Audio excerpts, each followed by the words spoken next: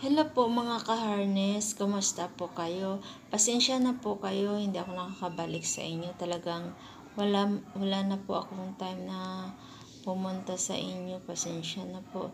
Dahil ngayong buwan na ito ay si Hari ay na-confirm na may vertigo siya.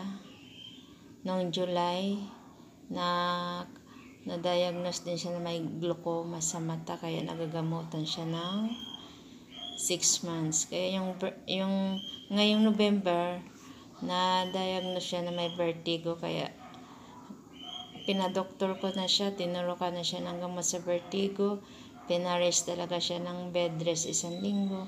Wala rin nangyayari, nahihilo pa rin siya. Kaya ngayon, ay gumagawa siya ng activities na hindi niya nagawa sa school. Pina-video na lang. Ayan, namumutla pa yan. Hirap pala gumalaw, may vertigo, nahihilo.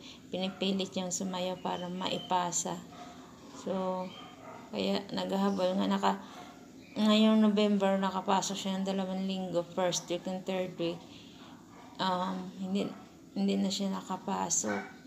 Nakapasok ulit siya ng mga ilang araw. Then, after ng 3 days, absent na naman siya dahil yung hilo niya nga sa vertigo niya hindi natatanggal. Alam ko related din to sa glaucoma sa mata niya. Sino po ang may mga vertigo dyan sa inyo ng mga bata pa? Paano ba nila na-survive? Para makakuha ako ng opinion, si Hari ngayon ito, lumalaban uli, gumawa ng marami siyang hinahabol para maano niya yung kanyang pag-aaral.